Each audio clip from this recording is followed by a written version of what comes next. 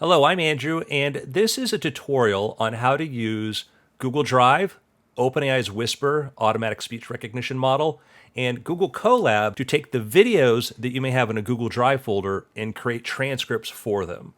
Now, if you're not familiar with Google Colab, I'll explain it, and OpenAI's Whisper model is OpenAI's open source automatic speech recognition model, which is incredible. I've been using automatic speech recognition for years. I've been using transcription services, and Whisper is the best I've ever seen. It recognizes words with extreme quality as well as adding punctuation. Of course, I'm a bit biased that I work for OpenAI, but try it yourself and I think you'll agree. And the cool thing is, because it's open source, it costs you nothing to use it. And if we're using Google Colab, even the free tier, which will have a GPU, which I'll explain, you can still get really fast turnaround and create transcripts for videos in no time. So we're starting off on the GitHub page, which is where I have several different notebooks.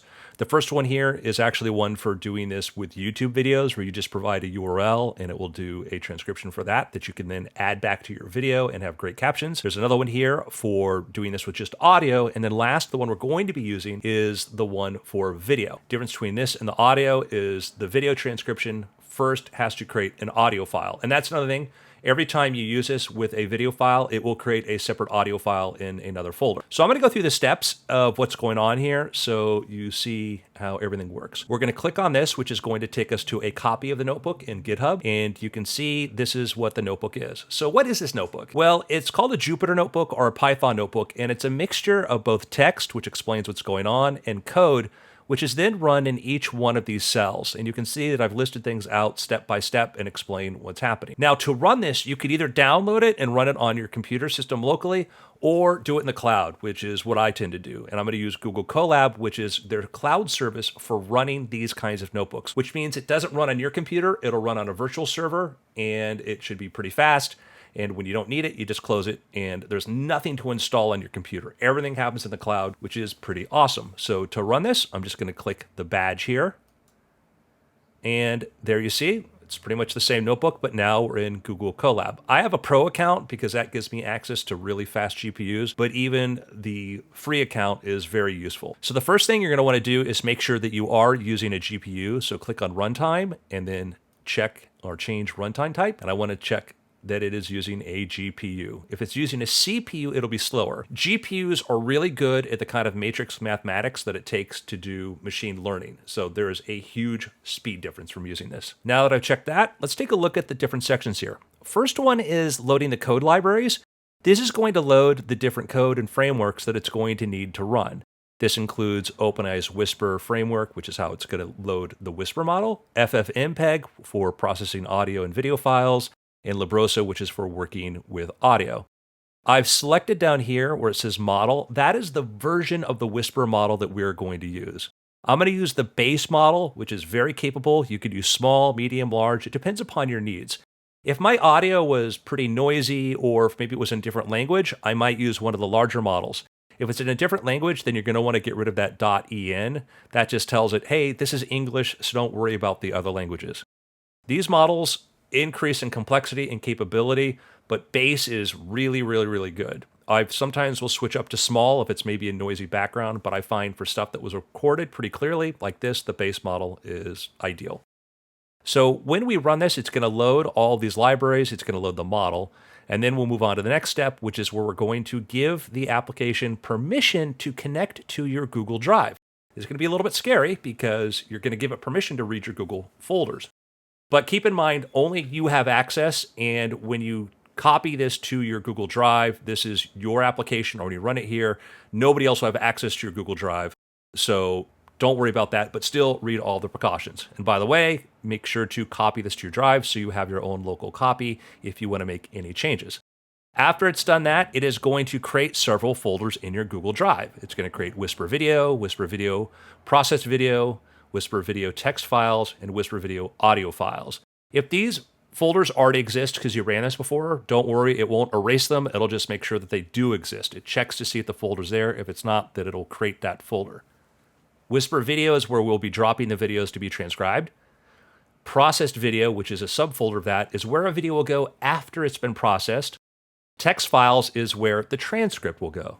And audio files will be the audio file that this creates when it's doing the transcription. Once we've done that, we'll go upload whatever videos that we want transcribed into the Whisper video folder.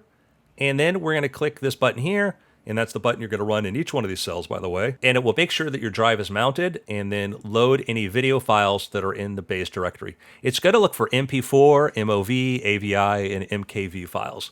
So if it's in some other format, you might want to convert it to one of these. After it's got the videos, it's going to go through and create an audio file and then use the Whisper model to get that. And then it's going to write that to file and proceed from there. So let's go ahead and start. I'm going to click on this right here, which is going to tell me first, this was not authored by Google. No kidding, I wrote it, and it's going to run. And you're going to see a bunch of outputs below as it starts to load everything. And we can see that it's looking to see if it already has copies of these files. If it has that, it'll say requirement already satisfied. Some of the things it has to load, it's going to download from a repository like FFmpeg. And we can see it's going through a bunch of different steps.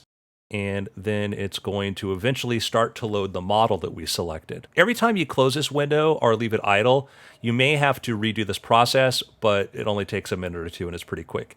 You can see here that it loaded the model. It was a 139 megabyte model, and we know that it's done because there is a green check mark there. Now to close out this output here, I just click on that. It doesn't erase what's happened, but it does just hide that. So now that we've loaded all of our libraries, we're going to give the application permission to connect to Google Drive and create the folders. So I'm going to click that, and it's going to ask me for permission. I'm going to say connect to Google Drive. It's going to ask me which account I want to use. I'm going to click on that one. And here are the warnings. It's telling you what it can do. It can basically just read and write your drive like you can from the browser window. So I'm going to click allow. And once that's done, you'll notice in the sidebar, after it's finished mounting, you will see your Google Drive accessible in the Colab. Doing this lets Colab read and write to your Google Drive like it was a local one. So if I click on this, I can see Drive, that's my Google Drive. Now that I've done that, and I see that it's done that because it says mounted, I'm going to upload a video to the Whisper video folder. So let me go over to Google Drive and see if that folder is there. Here we are in my drive, and here's my Whisper video folder, and you can see it also has the other folders it created: text files, processed video, and audio files. The next step is to upload a video file. So I'm going to grab one here. This is actually a 400 megabyte file, so it might take a little bit for it to upload, which you can see from the indicator below, and I will just jump ahead to where this file has been placed into the folder. And here we can see my video file has been uploaded. So now that I know I have a video file there, I can run the next step, which is going to be extracting the audio from the video file and creating the transcription. All we have to do here is press this button, and it's going to run the code in the cell. It's going to go back to your Google Drive and check for any new files, which is helpful because maybe you keep this open and you add some files. Instead of having to rerun everything up here, you can just click this for each time you want to transcribe some videos. You'll notice that it's mounted the drive. This is a sign that it's looking through the video files and it's going to create an audio version of it. You'll see a warning like PySound file failed and then trying to audio read instead.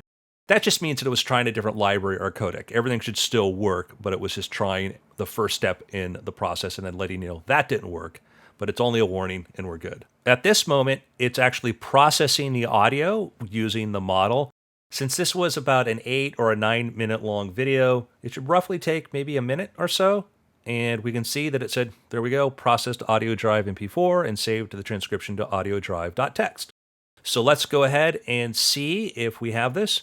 Well, the video's gone, so that tells me that it did that part. Let's see if it went to processed video. Well, yes, it moved it over there, which is good. And then let's go over to text files and see if we have a text file.